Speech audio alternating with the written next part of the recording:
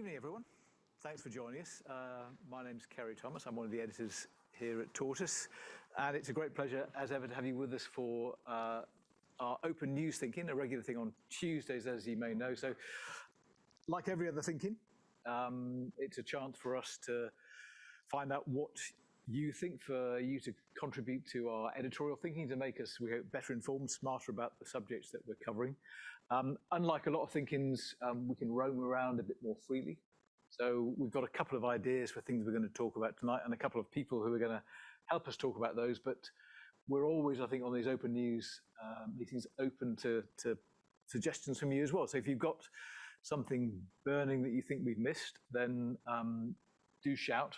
Let us know, and we'll try to bring you in. You know the format, I think. We'll chat here. We'll bring people in from the conversation at home. We'll keep an eye on the chat. We'll run in on Zoom, and do be careful if you say interesting things in the chat. Then there's every likelihood that you'll end up being pulled into the conversation yourself. So I mentioned a couple of things that we want to talk about. One is we're going to spend, I think, some time tonight talking about the royal family for a couple of reasons. Partly because I think the royals are proving Hamlet right, that their troubles are coming not in single spires but in battalions at the moment. So there have been stories over the past few weeks about the financial affairs of Prince Charles, and then there's the ongoing horror for the royal family of Virginia Giuffre's allegations against Prince Andrew and the civil case that he's been asked to appear at in New York. And I think the combination of those two things, I'll introduce David in a second, David McClure, who's going to be my sort of friend and guide through this. The combination of the Prince Charles stuff and the Prince Andrew stuff, I think, has the effect of making the royal family look grubby. And that's a problem that, not the first time they've encountered it. I think there were moments probably in the 1980s when they looked a bit grubby, but grubbiness, I think, is not a great look for the royal family, particularly, when we're looking forward to the transition from the Queen to Prince Charles in due course. So I'll be interested to know what people make about that. And then later, we're going to talk about prison reform. We're going to be joined by Andrew Nielsen from the Howard League. And I realised, actually, to my shame a bit, when I saw Andrew's name on sort of roster for tonight, that I had thought about prisons a bit, got engaged in prisons at the beginning of lockdown, when there were all these fears that prisons would become hotspots for COVID and what might happen there. And then I'd rather forgotten about them since then for a little while. So it's one of those subjects where I think we've talked a lot about prisons at Tortoise. We haven't done as much as I think we'd have hoped to, and I've got this sort of nagging feeling that I've taken my eye off the ball, and some bad things may have been happening that I've been simply unaware of. So I'm hoping that we, through Andrew from the Howard League, can catch up with prisons, but also get an idea of what we might do when a white paper on prison reform comes out, I think, later this year. So that's the other thing that we're definitely going to do. But let me just introduce David McClure, a journalist who covers royal matters, has written some lovely pieces for Tortoise, and was involved in stuff that my colleague Alexi Mostras did about royal finances, did a wonderful piece about security of some of the royal households and palaces around the country that just for me broke completely new ground. But David, let me ask you first. So we've had these, actually, before I do that, because I think, we've always, towards the end of summer, probably not all paid attention to everything that's been in the news. So Giles Whittell, can I come to you first? Because can you just remind us what the stories have been over the last couple of weeks about Prince Charles and his financial affairs? Yeah. You'll have to allow me to refer to my notes, because this is typically involved in... You might have to hold that microphone as well. Oh, I've got to hold my notebook and the microphone. Is that working? And David, you'll correct me if I get this wrong, right? But basically, over the past couple of weeks, we've had a couple of vintage Sunday Times scoops. As a result of the first of which, on the 4th of September, Michael Fawcett, the fellow who is best known for squeezing Charles's toothpaste tubes, resigned.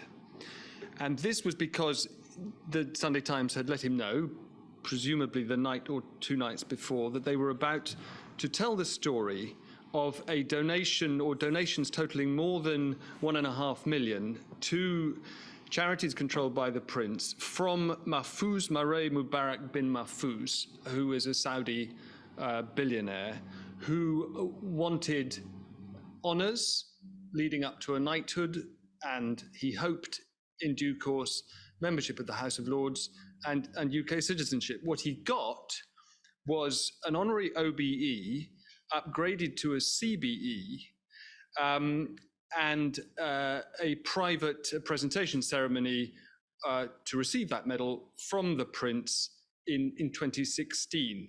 And crucially, that money was channeled to the refurbishment of Dumfries House, a peerless example of Georgian architecture in southern Scotland that is dear to the Prince's heart, and in principle open to the public, I believe. Unlike the Castle of May, another Scottish stately home dear to his heart where his grandmother used to live, but which also has soaked up a lot of money in donations from his richer friends. Then last Sunday, the Sunday Times' follow-up was a similar story involving a donation, a putative donation of £535,000 from a Russian banker named Dmitry Leus, who founded a bank called Troika Dialogue, which has been nicknamed the Troika Laundromat as well. So he likewise wanted private meetings and ultimately UK citizenship. And the contact was arranged through the same fixer, the owner of Burke's Peerage, owner and publisher of Burke's Peerage. What's Bortwick's first name? I'm sorry.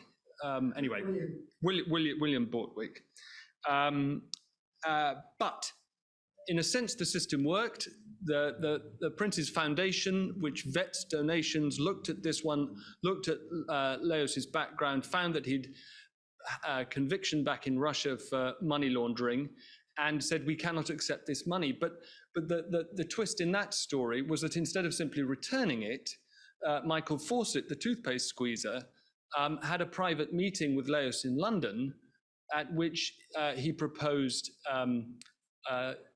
diverting the money to another of Charles's charities, to which, to cut a long story short, Leos said, no, I'd rather have my money back, and he has threatened to sue if it was not received. That's the two scoops in broad outline. One final wrinkle.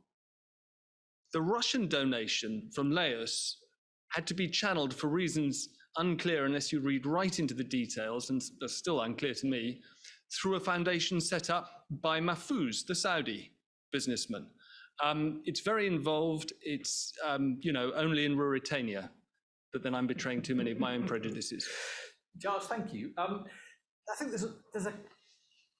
I think sometimes people find it hard to join in with a conversation about the royal family, as if we're not qualified to. So let me just encourage you, if you're sitting on the Zoom call, got something to say, got something to chip in, please do, because we would love to hear from you. I'd love to hear whether you're surprised, horrified by these recent stories, whether I think this small run of stories is going to have an effect in the longer run or not.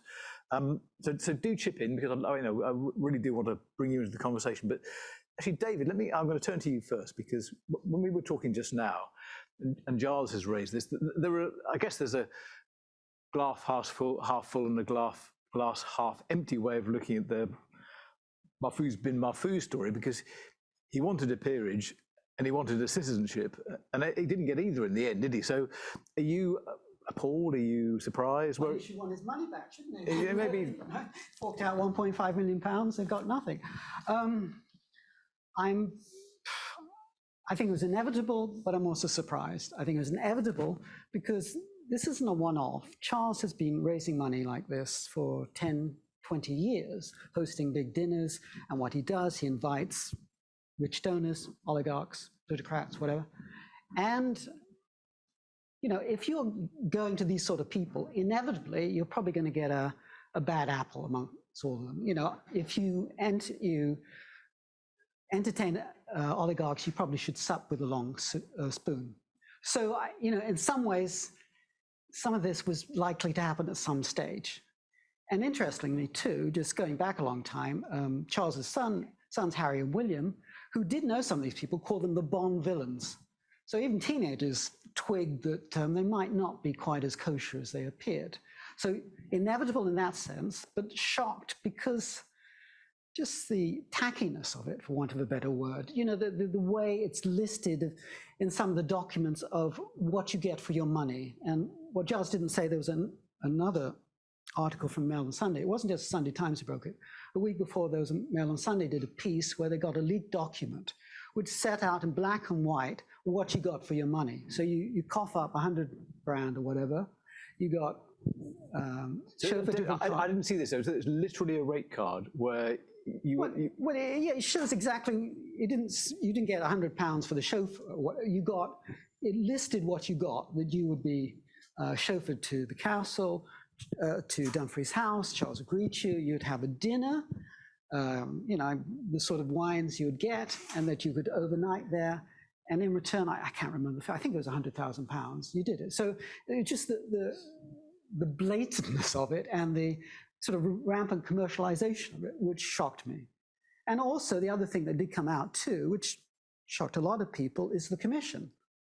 And these fixers, who are probably the most interesting figures in the whole sorry tale, were getting 25%. And who were the fixers in these deals? There were several. I wouldn't want to necessarily. I wouldn't want to give chapter and verse on it. But the fact that they're getting 25% for something which is supposed to be charitable does seem excessive. Yeah. So in that sense, I was shocked. And can you remember when you said this has been going on for years, can you remember when you first realised that Prince Charles was up to this kind of thing?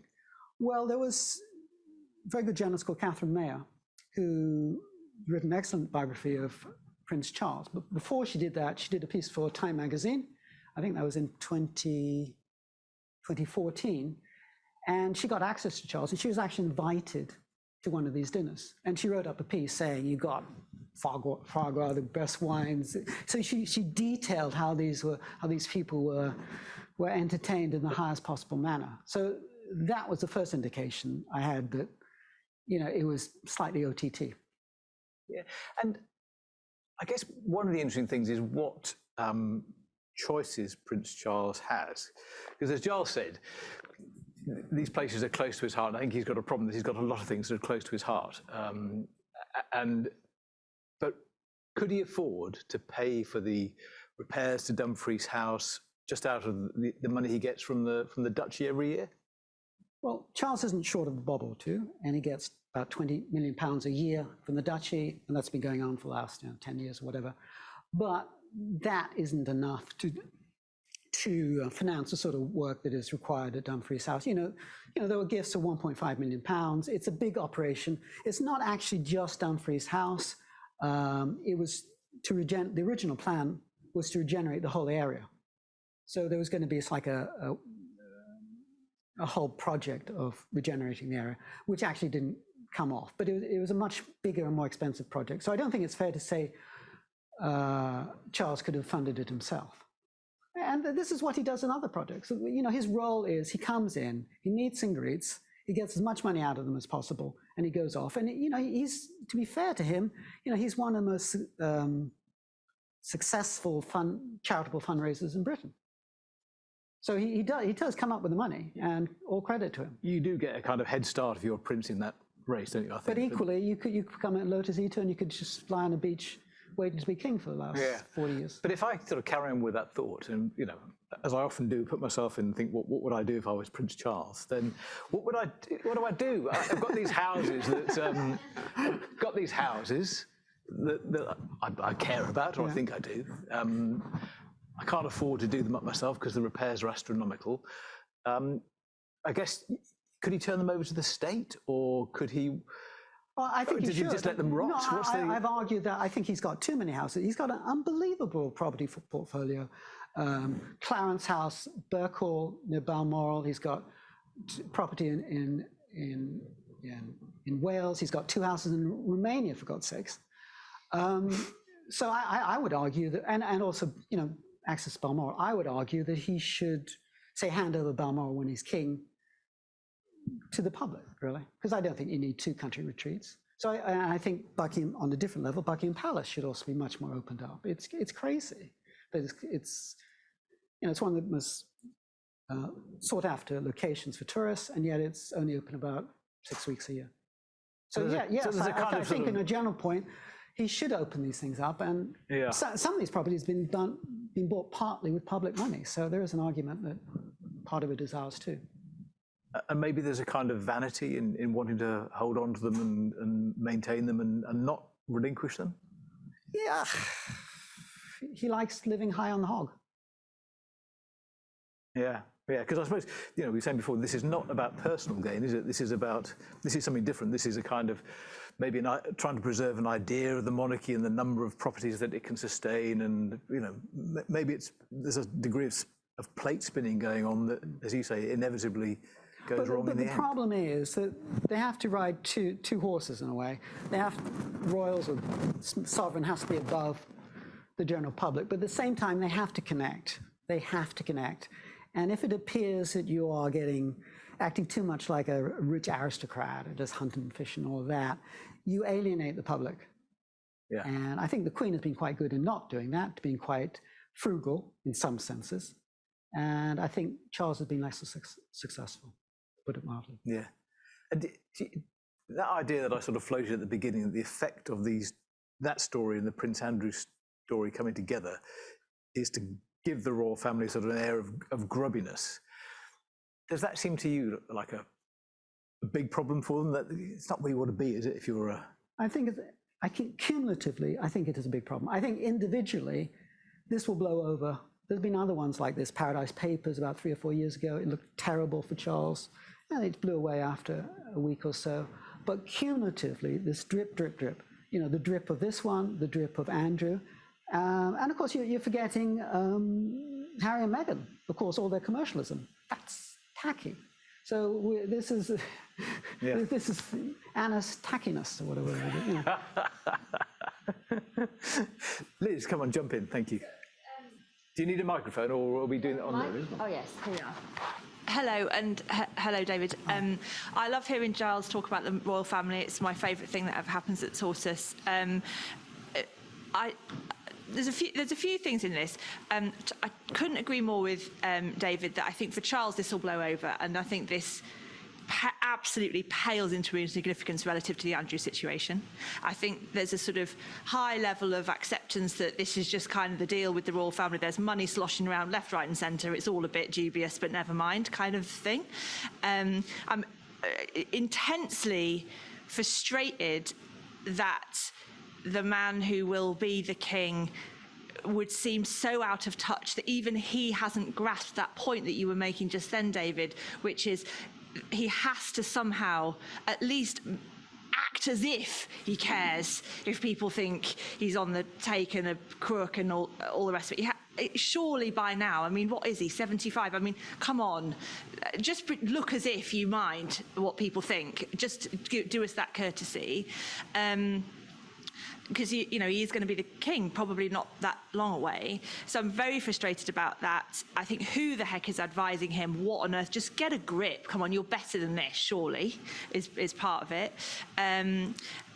And there's this funny thing that sort of lurks in the back of my mind. I read David's piece for us, and then Alexi's work in the royal finances. And then about 2 years ago, we did a thinking, I think it might even have been about Prince Andrew when this whole thing first blew up, when someone said, and I don't know if it was in the thinking or after the thinking, quite often the really interesting stuff happens afterwards when people are hanging around, and somebody said, the weird thing about the royal family all through the sort of 90s and the noughties is that they're sort of a bit poor, and like they kind of lurk around and hope that somebody else would pay for their hotel room and hope that somebody else would take them for dinner. Of course, they do get taken for dinner and have their nice hotel room because they're the royal family.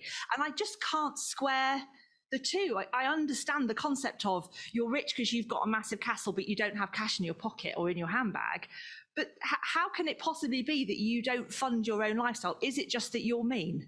I can't quite get my head around what is the cash situation of the royal family. Just to go back to where David started, were you surprised by these stories? Did you kind of have an idea that Not stuff at was all. going on? Of course, there'll be a bazillion other examples of it, but but they've done a better job of keeping those hidden. That's what I'm annoyed about. Yeah. Get your act together. Keep it secret. I want to bring Louise Simpson in because Louise has been making some points in the chat, and I'm not quite sure, Louise, where you landed up. You were saying at one point that you wanted more scrutiny of our elected representatives because they're worse and back off Prince Charles, I think you were saying at one point. Is that your sort of firm view at the moment, or are you... It is my firm view because I just think, I mean, yes, I think I was just trying to write in the chat and you said you were going to call me in. So I'll say what I was going to say then is I think he's badly advised, very badly advised. I think there are oil slicks around him that are, feeding in the trough. So I think, if he's never been allowed to be himself in the position he's been in. He's been surrounded by sycophants all his life. And I have to say I would blame them rather than him, the man, because you see the good things he's done with the Prince's Trust, with talking to flowers. He was talking to flowers a lot longer ago than we all are. You know what I mean? So he has a sense of nature. Yes, he takes helicopters, but I forgive him for that. It's difficult, isn't it, Louise? Because you don't want to do the sort of whataboutery of saying, leave him alone because we need to concentrate. It's not an either or between looking at Charles and looking at our elected representatives. I think we can probably manage to do both. And I think you said in a later contribution to the chat, I don't think it's unreasonable to hold Charles to a slightly different standard than we hold, the MP for, Luton Central. But if you hold him to that standard, then reveal when he meets that standard, rather than picking at this sordid stuff. I mean, I know this stuff's blown up, and to be honest, I don't know the detail, and I'm not going to find out. It's sordid, it's horrid, and it doesn't reflect well on him. But why don't people talk about the really good stuff? I do think he's badly advised. I don't know who advises him, but deep down, I really actually think he's a very good man, and I think that should come through. He's had a very difficult life, waiting in the wings for his mother to die. What a terrible position to be in. So I am sympathetic to him, but I'm sympathetic to him because he's a good man. His brother, one down, is atrocious, and but he's an ex-prince as far as the royal family are concerned. He's been taken out of any role, and he'll never be allowed back. He's had it. Yeah. So in a sense, he shouldn't be equated with his older brother anyway. Yeah. David, let me come back to you, and then I'm going to come to Basher, who's been making some points in the chat as well. But you mentioned the fixers as one possible focus of what we could do with this story. I guess the other would be, you mentioned the advisors. Michael Fawcett in this case, but he's not been the only kind of advisor that Charles had paid attention to over the years. Is Charles vulnerable to advisors, do you think, good and bad? Well, Charles has form on this issue. He has shown to be credulous towards advisors, mentors, friends. It goes back to Lawrence van der Post, who he went into the Kalahari Desert with, who turned out to be a mythomane and have various other underage sex and whatever. It turned out with the Bishop Paul, the slightly paedophile priest, who Charles actually put up in one Duchy of Cornwall property and defended. He also had Jimmy Savile in the palace advising when, no one knew the full story, but Jimmy Savile did have a reputation. And even Dickie Mountbatten, who was a mentor. So there's a pattern of behavior of Charles putting too much faith in his mentors. So yeah, I think mentors are really important. But the other point I'd make is that whenever things like this occur, it's always he was badly advised, or the Queen was badly advised, they didn't know. Now, it's more than likely he didn't know the detail of it. And would he want to know the detail of it, that people are asking for knighthoods or citizenship? No. But should he have known? Should he have asked the questions? Should have asked the questions to someone who's been advisor friend for, 20, 30 years? I think he should. So I think he is open to criticism on that point. I don't buy it that he was totally ignorant of all of this. Yeah, because there's a self-serving element to that idea that he was badly advised, isn't there? Advisors presumably will know that one of the measures of protection they can put in place for someone like Prince Charles is not to tell him everything. Gives him some plausible deniability, doesn't it, if they do that? And it has been one of the sort of main lines of response to the stories of the last few weeks that he didn't know the detail. And but this same thing happened with the Paradise Papers 3 years ago, where it was revealed that he had investments in an offshore company, which was lobbying for climate change environmental measures at the same time that Charles was lobbying to him. There was a conflict of interest. People said he shouldn't have investments in a company which potentially could benefit from his own lobbying. And he said he just didn't know anything about it. He didn't know they were doing this. And the company was run by his friend, lifelong friend. So it's not the first time that he's used this defense. Now, if it had been the first time, fine. But this line of argument always gets trotted out. Again, I'm sure he didn't know the detail of it, but he should have asked more searching questions. Yeah. Yes, let me come to you at the front, and then I'm going to come back to Giles. And if you wouldn't mind just saying your name, that would be great. Hi, I'm Jack. I just want to say, I think as much as it's self-serving for them, it's also self-serving for us as the public to say, oh, it's not them, it's their advisors, because we want to believe in the royal family as good people, because he will be our king, and we want to think that. So it's not just about them putting out the line, it's also about us wanting to believe that line, because we, a lot of British people respect the royal family, and so it's much easier for us to see it as this is an advisor. Advisors are replaceable. In the same way politicians are replaceable, it's why people like the royal family. It's because of that fact. So we want to believe that in some ways. Yeah, I think that idea of our complicity in the whole thing is really interesting, isn't it? But yeah, Giles, let me come back to you, because I think in the end we'll have to try and find some sort of focus for this. And I wonder, from something you were saying the other day, whether you think the focus could be Dumfries House, whether that might be the sort of way to get into this, Prince Charles and his financial affairs. Yeah, less slippery than the advisors, right? I mean, the advisors would be a good target, but you'd be hard pushed to get them to talk against their will, whereas at least the house isn't going anywhere. It's something to talk about. It's clearly an obsession of his. It's a sort of fixed point in the middle of the story. I think it'd be quite a good way of. We wouldn't be the first. It keeps coming up as well, doesn't it? It's yeah. Can I just say a couple of other things? We're kind of forgetting that this is a cash for honours story, and I'm quite happy to accept that the honours system is completely bogus, right? And that maybe Dimitri Leos and bin Mahfouz are just being smart with their money. If that's what they want, go ahead, make a mockery of the honours system, which, by the way, is also used for people who've given their lives to public service, or it's serious. And whatever you think of Charles and his morality, there is what Norman Baker considers possibly criminal sale of honours going on. And just on the point of how much... Josh, do you think there's like an interesting read across from the way we think about the royals to the way that we think about the honour system? Because part of me wonders whether we think they're both kind of ridiculous, they're both kind of broken, and therefore we don't take them all that seriously as problems. Is that going on, do you think? Yeah, must be. We call them gongs. We don't. Yeah. I mean, we don't take them seriously until we're offered them, and then we spend tons on a new suit or a new frock and go and send the pictures all around Instagram. Yeah. But the only other thing was on the subject of how much Charles knows about the details. One of the Sunday Times stories puts near the top, or at the top, the fact that he was, quote, 100% behind the Mahfouz honour.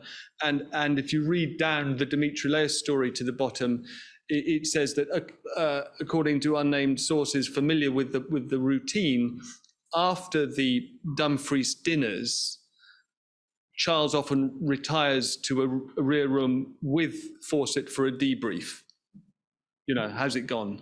I fail utterly to believe that Charles is not across all the detail, what's been offered and what's been offered in return, but that's just my scepticism. Yeah. David, someone was asking me the other day, David, why I didn't have a good answer, but why I thought that the standard of royal reporting in this country, I'm going to make an honourable, obvious exception for you, but the standard of royal reporting in this country has not traditionally, I would say, been all that great. Would you defend it? Would you agree that it hasn't been brilliant? Yes and no. I think it's difficult. In their defense, it's a very difficult patch. It's a sort of a unique patch because in normal journalist activity, you talk to the principals, you get quotes, you talk to them. In the case of the royal family, very rarely do senior royals give interviews, and even their press officers don't speak in public, and it's all off the record. So it is a very strange journalistic area to operate in, a very difficult one. So you're forced to rely on royal sources, which could be Charles's press secretary telling you exactly what's going on, or his idea of it, or it could be someone half inside the palace, half outside, who might know, might not. So you never know what a royal source is, and the journalists can get it wrong. But that said, I don't think the reporting has been that distinguished until recently. I think it's getting better. I think you're getting some very good people coming in. There's classic examples. Johnny Diamond, excellent reporter at the BBC in Brussels, took on the brief. Admittedly, he had mixed feelings about it, thinking, well, is this right for me? Is it serious enough? Yeah. But again, I find in his reporting, there's certainly edge compared to how the BBC is reporting the past. And again, BBC is particularly difficult, the BBC, in terms of, but in terms of sort of establishment capture, isn't it? It's not an easy brief. But that said, I think we're all too deferential. Yeah, I think so.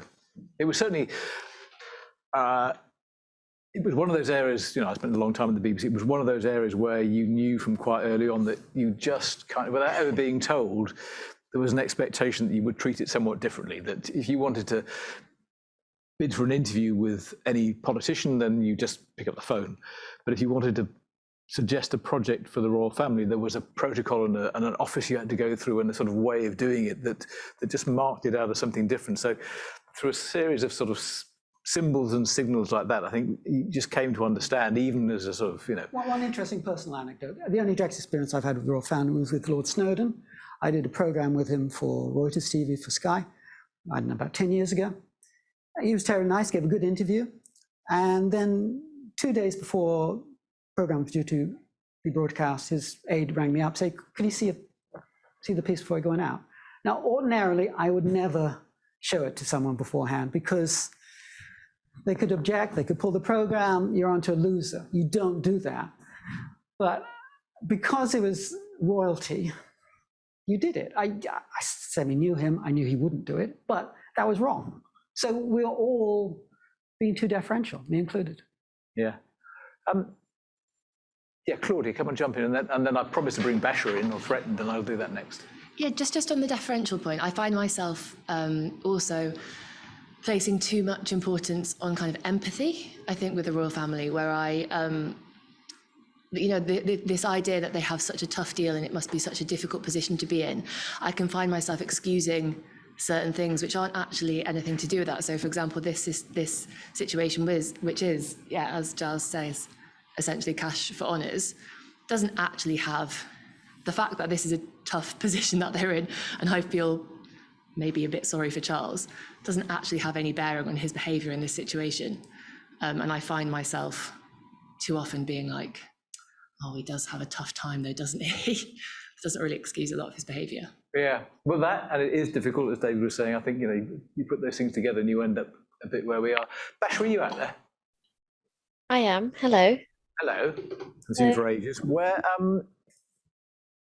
haven't talked a lot about Prince Andrew and the sort of... Can I don't know much about Prince Andrew, and also he's just the worst of the worst, isn't he? So I just wanted to make a point about, before we talk about Prince Andrew not that long ago, I remember it. Well, we can talk about him, but I wanted to make a point briefly about relevance, because it strikes me that when I was a kid, Princess Diana felt relevant because she was involved in public life in a way that was obviously linked to her proximity to royalty and celebrity, but that she was involved in a public life that was, you know, through charity work or through cultural work or the rest. And it strikes me that as I've gotten older, the only knowledge I have, or the only time the royals really come into my world, is through scandal. And that's definitely been true of the last few years. That if you think about, you know, Andrew, Prince Charles, Harry and Meghan, that their role in public life, I think obviously there's the sort of the drumbeat of public service, which happens perhaps more quietly and in the background. But really they are in the headlines now because of scandal and intrigue. And I know that was always the case, but it feels like that is their only stake in the public conversation anymore. I don't, you know, Charles he's not part of any other conversation that I know of, possibly about sort of, you know, organic biscuits and things like that, but not in terms of, you know, the things that people care about, I don't think. Yeah, but is that, do you think, partly why they're going to miss Harry and Meghan? Because Harry and Meghan were onto something relevant in their sort of conversation about mental health, weren't they? And then off they skipped and that went with them. Yes, I suppose that's true. But I suppose they've framed that in opposition to royalty rather than a part of it. And whether that's the institution's fault for not realizing that Harry and Meghan were their way to relevance, or their refusal to accept that that's what they needed, it doesn't really feel to me that they would have meaningfully been able to have that public conversation about mental health and about celebrity and, you know, however genuine or not you think they're being, while they were a part of that institution. And they've definitely set it up now as an oppositional conversation, not one that, you know, they're having with and in tandem with the other royals. It's interesting to me also that, you know, Harry is appearing in a program about his grandfather, Prince Philip. That's right, isn't it? And there's a big sort of BBC program about his life of public service. And I just thought, you know, it sort of annoyed me when I saw the advert, because I just thought it's all on their own terms. That, you know, they'll do the big showy BBC documentary about this amazing man's life, but they're not transparent really in any other way. And that I just thought was kind of the final thing for me with Harry. I just thought, oh well, piss off then. There you are. That'll teach him. Okay. I want to turn a corner in a second, and I mentioned that we were going to have a conversation about prison reform as well. Like maybe not such a sharp corner if you're Prince Andrew, but we'll come to Andrew Neilson in a second. But Dave, before we do that, David, that question that Basha raised about relevance,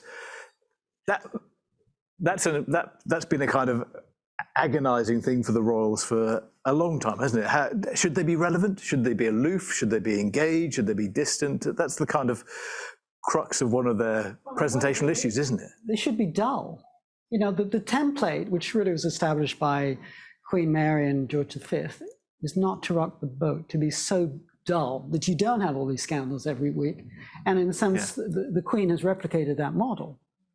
But I don't think it's fair on success. But I don't think anyone in the future can ever be as dutiful as the Queen. So I don't think it's fair on Charles, William, George, whatever, that they're going to do that. So it's a difficult one. It's a difficult one. They have to connect, but at the same time, they can't rock the boat. Yeah, okay. All right, David, thank you. We may very well come back to you, but I hope and think that Andrew Neilson from the Howard League for Penal Reform is on the call. And Andrew, there you are. Thank you so much for joining us. I saw your lips move and no sound come out, so I don't know if you're muted or let's see. Am I still? There you are. You're with us. So Howard League, you're partners of ours on the Tortoise network, which is great. And I said, I don't know if you were with us at the beginning. I was mentioning that I'd probably, like a lot of people, had paid some attention to prisons at the start of COVID. There were terrible fears about what would happen in the prison estate if COVID got in there and took hold. And then when I saw your name on this evening's billing, realised to my shame that I just kind of take my eye off that completely. So I haven't really, I think, got a clear idea of what's happened in the prison estate during lockdown and COVID, whether any of those dire predictions came through, just what life has been like in there for the last couple of years. So can you just sort of bring us up to speed with that, just to help me there? Yeah, sure. I mean, there were a lot of concerns about what was going to happen in prisons with the virus.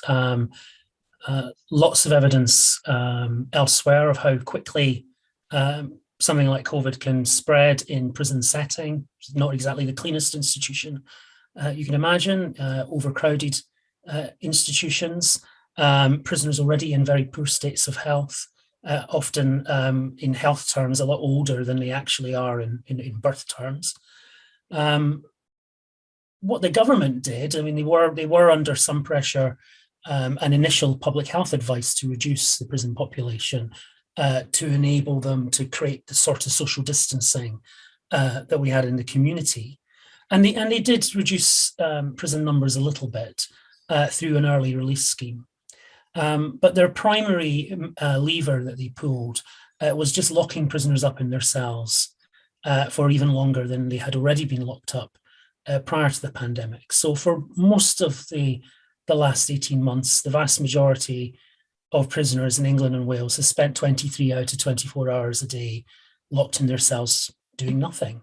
And that has been their mechanism for keeping the virus at bay. And to be fair, that has had some success. You know, we haven't seen the virus rip through prisons in quite the way that we might have expected.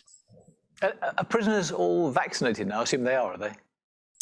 No, vaccination rates are still not as high as they need to be. In fact, if anything, the concern is more around vaccination rates with prison staff. So the last parliamentary question I saw on that just before Parliament broke up for the summer suggested that prisons, the vaccination rate for prison staff was only at 28%. That's 2 jabs. Wow. Because of hesitancy rather than... There might be some refusal there amongst prison officers.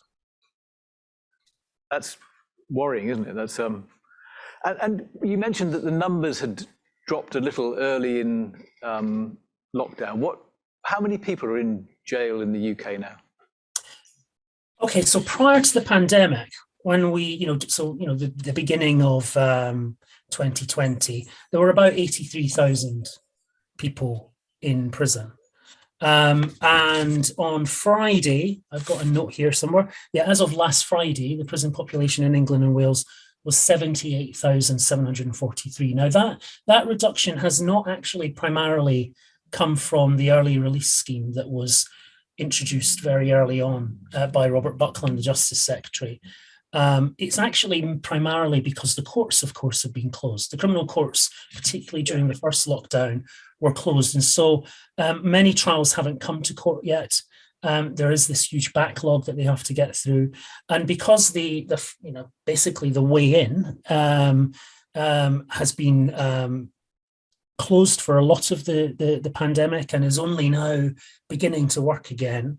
Prisoners are leaving as their sentences come to an end, but less people are coming in, and therefore, broadly speaking, actually numbers have come down. Because 78,000 is relatively low. I mean, this off the top of my head, that's relatively low by recent standards, isn't it? Yeah, so I mean, the 83,000 in prison at the beginning of last year was prison population has been fairly stable for a few years now.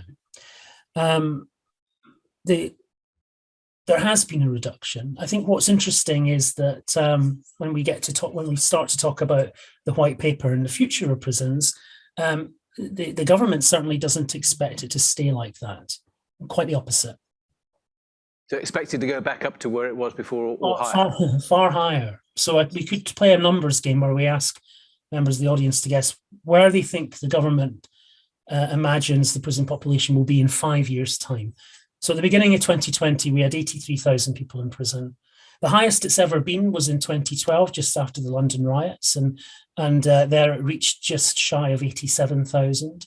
But at the moment, we're at 78 and a bit thousand. So the game is where the government expects it to be in 5 years' time. 5 years' time, yeah. Okay, well, Liz loves a game. So Liz, how many... I love a game. You know me. How many people? How many people? 100,000. Any advance on 100,000? Limo thinks 150,000. 200,000. No, all right, okay. You're spoiling the game. Luke, let me bring Luke. Seriously, how many people do you think? Can we get the mic to Luke? Just as a sort of slightly random. I picked a new Reading. Well, I think 100,000 is probably too high. You'd have to do a lot of building, wouldn't you, to get to 100,000? Maybe that's on the cards. I mean, it sounds just, apart from what's being described, that the government plan to not build any more prisons, but to increase the number of prisoners couldn't accommodate 100,000. Yeah. So it's probably in the low 90s. All right, I think that's a sensible guess. And I guess, Andrew, what it made me think of was that in hospitals, they know that capacity is going to come down in the long run because the measures they've got to put in against COVID will mean you can't have as many people in hospital in the future as you had in the past. So that feels like it ought to be a little bit of a cap on a kind of mad figure. But go on, tell us the figure, Andrew. In 5 years' time, the government predicts that they will have 99,000 prisoners in England and Wales. And that is kind of, I mean, you know, how big is a number? You know, you add, it can sometimes be difficult to really quantify that. But to give you a sense of how ahistoric that would be, you know, back in Margaret Thatcher's day, you know, the Iron Lady, the Prime Minister who was very much associated with law and order, the prison population in England and Wales was 40,000. Even there was a little glitch when you said the figure. Did you say 99 or 90? 99,000. 99,000. Yeah, I found that amazing. So even in the years of Tony Blair and tough on crime, tough on the causes of crime and the war against antisocial behaviour, which was really when the prison population started to shoot up, they never, the average rise in the prison population was about 3.5% a year. And that was considered exponential at the time. And certainly if you could look at a graph of the prison population over the 20th century, it just shoots up in the mid-1990s to the mid-noughties. But for us to go from 78,000 to 99,000 in the space of 5 years, well, that's an increase of 25% over the period. So that would be a 5% increase year on year. And I think, as somebody in the audience said, it's difficult to imagine how they're going to do that with their prison building plans. But they do have prison building plans, and we are expecting, so at the moment, they're already saying that they're going to build 18,000 new prison places, some of which are meant to replace old kind of crumbling Victorian prison places, but 18,000 new prison places over the next 6 years at the cost of something like over £4 billion. But we expect in this white paper on the future of prisons that's coming out in the autumn that they're actually going to ratchet that up further. And the exact detail we don't know, but they are definitely planning to see a much larger prison population than before. And unfortunately, I think that is a really missed opportunity. That there were many bad things about COVID, but that prisons had been in a very, very bad state in the years running up to 2020. Although the prison population numbers had stabilized in the mid-80,000s, we had austerity hit, staff cuts of something like 30% under the Chris Grayling era at the Ministry of Justice. That caused record levels of violence and self-harm, which we saw play out over the last few years. Successive justice secretaries were failing to cope with that. And to be fair, they were often changing just about at the rate of one a year, because Brexit and the kind of political turmoil around that meant that hardly anyone could stay in post for any length of time. We've finally seen a reduction in the prison population and an opportunity to perhaps do something differently. But unfortunately, that isn't the way that this government is planning to do things.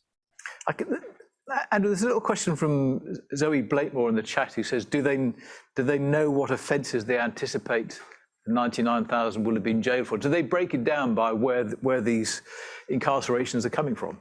So I haven't seen public information on the types of offence that they're projecting, but we do know why they think they're going to go from 78,000 to 99,000 in the space of 5 years. And it is worth just outlining the why. There are 3 reasons that they primarily provide, and at least 2 of them are things that they could do something about, and they're not proposing to do something about. So the first thing is the police crime sentencing and courts bill, which is currently going through Parliament.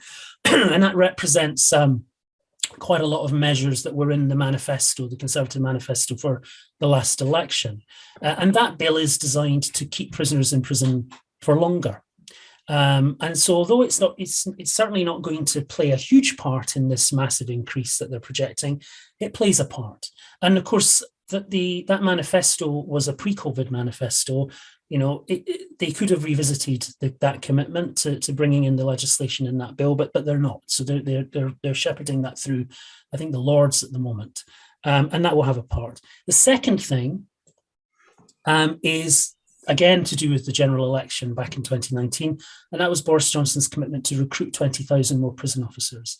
And the Ministry of Justice says that means that these police officers are bound to arrest more people, charge more people, so more people will be arrested for more crimes. That means more people have to be in prison. Again, it doesn't have to be that way. You could have those extra police officers doing all sorts of things other than necessarily just arresting people. But there's a sort of fatalism about that. They've just accepted that means it's going to expand the prison population. And then finally, and this is where it is tougher for them, there is this courts backlog.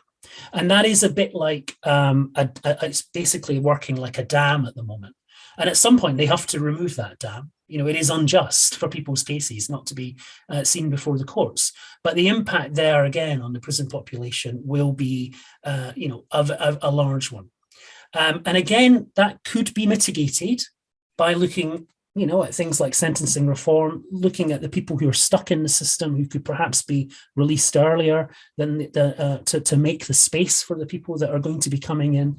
But instead of thinking in that kind of bold or radical way, the only tool in the toolbox, it appears to be, is just to build more prisons. Matt, I'm going to bring a couple of colleagues in a second. I might bring you in, Emily, just on the sort of progressive debate about this, or the lack of it, really. Luke, you want to come in as well. But while we're getting a mic to Luke, the thing that interests me, I think, when I see figures for levels of incarceration within the UK, Andrew, is that we look at Norway and say, well, culturally, politically, they're different. We're never going to get to kind of Norwegian levels of prison and be happy with that. But actually, if you look at Northern Ireland, I've always found it really interesting. Northern Ireland jails it's just over half as many people per 100,000 as England, doesn't it? And so we don't have to be like Norway. We could just be like Northern Ireland, where actually there doesn't seem to be a great hue and cry about not locking up enough people. So why is it so different in Northern Ireland, that part of the UK, than it is over here? Well, I think Northern Ireland was insulated, for terrible reasons, from some of the wider political currents that affected England and Wales in particular during the 80s and the 90s. The Troubles were the dominant issue there, and of course that did bring imprisonment in a different way. But there wasn't the same kind of political focus on being tough on crime, and crime being a political issue in the way that it was, particularly when Michael Howard stood up and said prison works, and then Tony Blair was in opposition and was looking to compete with that. And again, I think that's why what's interesting about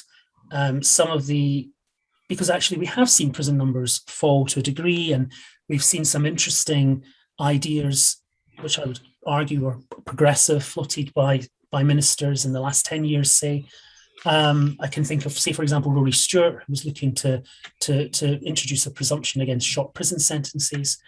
But that was all swept away, of course, by what I mentioned earlier, the turmoils of Brexit. And I think it's interesting that this manifesto, which is very tough on crime, that won. It was one of the reasons why the Tories won in 2019. Well, that tough on crime aspect of it was absolutely something that Dominic Cummings wanted in the manifesto, because he saw it as a way of peeling off Labour supporters in the Red Wall who were concerned about crime. And it was a way of kind of stealing the clothes of New Labour, just as New Labour had stolen the clothes of the Tories. So that kind of party politics, I think Northern Ireland has been a bit excluded from in Okay. Andrew, I'll come back to you in a second, because we do want to just touch on the future white paper that I know you've got concerns about. Just quickly come to a couple of colleagues in the room. Luke, you wanted to jump in. Thanks, Ceri. Andrew's been really admirably even keel in that explanation to me. It's absolutely infuriating. And thank you for being so clear on it, Andrew. There are two things for me. The first is that 18,000 figure increase in capacity that you mentioned. We've got to be aware that you can't de-escalate that for a bunch of economic and kind of processual reasons, and it's something that's affected the United States incredibly badly. You mean it has a sort of inbuilt ratchet effect? You build a prison industrial complex, you can't dismantle it again. You create incentives to keep putting people in prison. You're paying service staff, officials, prison officers, distribution companies, all sorts of things that bring police food. Officers, it turns out, yeah. Exactly. You bake it into your society from then on. It's very difficult to claw those things back. And the second thing is in light of COVID, obviously, if we look at the people who are under increased economic and social pressure as a result of the pandemic, those are the people who are going to be the first into prisons to fill up those 18,000. It's just ridiculously regressive and upsetting from my perspective. Yeah, you're right. Emily, can I come to you? Because let's get the microphone over to Emily. You're sort of well in touch with people in the Labour Party, and given what Andrew was saying, or other things we've touched about whether it's possible to have whether it's possible to win with a progressive sort of penal reform policy, where do you think Keir Starmer will come out on that? Well, I mean, he's got a very interesting background when it comes to this whole issue, given his role as DPP. I think, I mean, from my perspective, the way to talk about it is that I don't know any other public policy that we would accept such an unbelievable level of failure as the prison system. If you want to talk about recidivism, a word I clearly cannot say properly, apologies. It is, it's just ludicrous. And I mean, the Labour Party, I think, has very, very strong and interesting things to say if it doesn't fall into political traps that will be laid by the Conservative government. Quite obviously, but it is a total public policy failure. This country should not be in this position whatsoever. I mean, if you look at the Labour Party Shadow Justice Secretary is, of course, David Lammy. I mean, he made that very important review in 2017, making 35 recommendations about the racial bias in the criminal justice system, which is a topic that we haven't really talked about yet, but which is many of those recommendations have not yet been filled. We haven't talked about the probation service, the disastrous part privatisation that was started by Chris Grayling. A huge legacy of failure there. There are huge opportunities. I mean, if you're just talking politically, there are major opportunities to try and change this debate from one that is just one level of failure to another level of failure, but there are political traps along the way. But, in terms of key figures in the Labour Party, as I said at the beginning, there are people that really know the system incredibly well from the leader down. But it's it doesn't have to be a Conservative issue. I mean, progressive politics has managed it before to turn it to a strength. It just has to avoid the traps. But would your guess be that when the election comes in 2023, the Labour Party will probably be campaigning on a tough on crime ticket? Tough on crime, tough on the causes of crime. But I mean, look what happened to. I mean, what the government, what the Conservative campaign had to do in 2019 was talk about police officer numbers, because the number of police officers have fallen so dramatically. It will have to find a level. It will have to find the avenues to talk about the whether it's police or reform of the police. The police and this government have a difficult relationship, so that's a whole other kind of area in this debate that we haven't really talked about. But it will have to.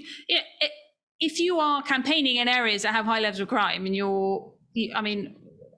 when I've been campaigning, for example, in areas, when it comes back at you, you have to reflect that. And if it is a issue of significant public concern, you have to reflect that politically. Otherwise, you're not talking about the things that people care about most. So things could get very, very, very difficult in all sorts of ways in the next 3 years, and then any political project has to respond to it.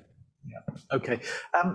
Andrew, let me come back to you, because I know that we did want to talk about an upcoming prison reform white paper. Reform might be the wrong word, I don't know, but I guess we're all a lot of institutions, a lot of organisations are looking around at the sort of post-lockdown moment or the post-pandemic moment as a chance to reset, learn some lessons that we learned during the lockdown.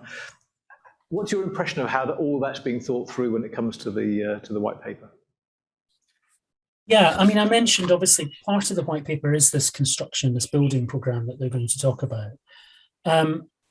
I mentioned earlier that in the years running up to COVID, the prisons were in a terrible state. They had record levels of assaults, record levels of self-harm amongst prisoners.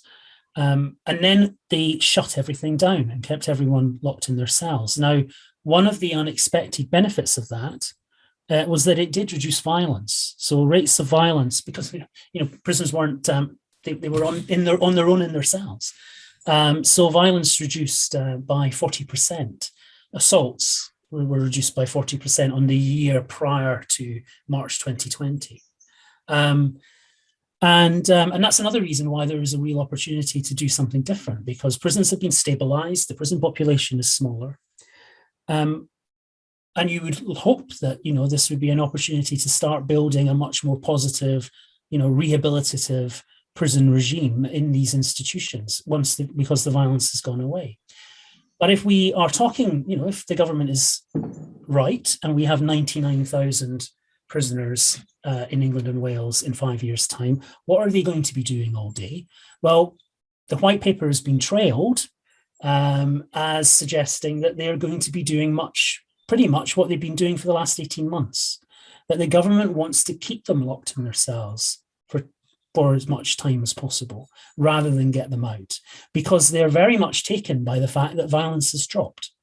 And I would argue they've taken the wrong lesson there. Of course, as an emergency measure to reduce violence, to reduce COVID, but as a byproduct, reduce violence, then you can see the argument. But going forward, it is not tenable to keep people locked in their cells in that way. And I think Andrew, do you know what's happened to self-harm over that same period, or not? Well, self-harm is interesting. It fell amongst men, and there was some evidence that some of the self-harm that was rising dramatically amongst men when violence was rising dramatically was partly perhaps in response to this distress that they were experiencing in just how violent the male prisons were.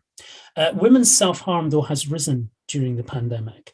And I wouldn't take that as a marker of what the situation is with people's mental health, because we're aware, for example, of the various prison visitors and monitors that go in who weren't able to go in for much of the first lockdown. When they came back, they were experiencing, a lot of distress. And certainly the prisoners we speak to on the phone, we have an advice line for prisoners. There's a lot of anxiety and mental distress out there, and being locked in your cell is not helping with that. I mean, locking someone up for 23 hours out of 24 of a day is not a recipe for releasing somebody who's going to be less likely to commit crime.